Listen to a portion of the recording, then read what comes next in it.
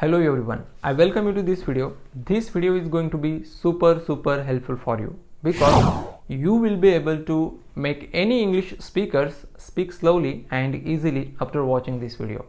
So this video is going to be very helpful for you, like I told you.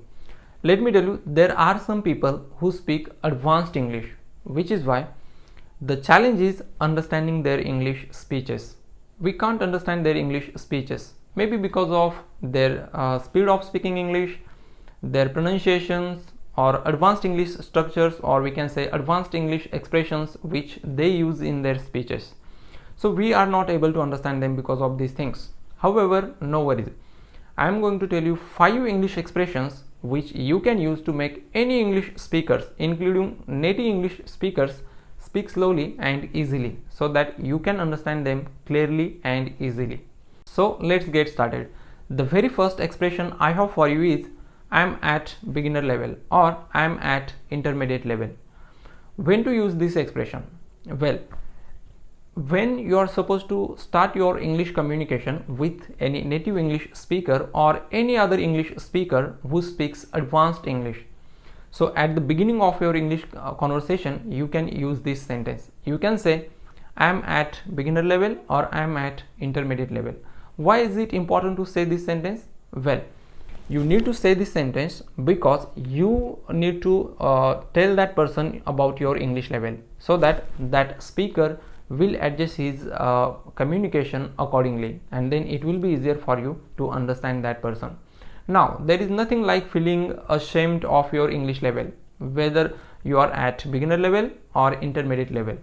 Expression number 2, which you need to know. Could you be a little bit slower, or could you please slow down? Now, when to use these expressions? Well, when somebody speaks very fast and you are not able to catch it, you don't understand what the person is saying just because of his speed of speaking English, then you can say, could you be a little bit slower? And then the person will understand it and will try to speak a little bit slower and you will understand what the person is saying. So very important phrase.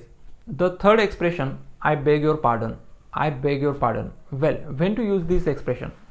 If somebody says you something but you can't hear it, maybe because of some issues, you can't catch it, then you can say, I beg your pardon. I couldn't catch it or I couldn't hear it, and then the person will repeat what he said and then you can understand what the person said. Alright. Number 4, which is very important. Would you mind being a little loud? Would you mind being a little loud?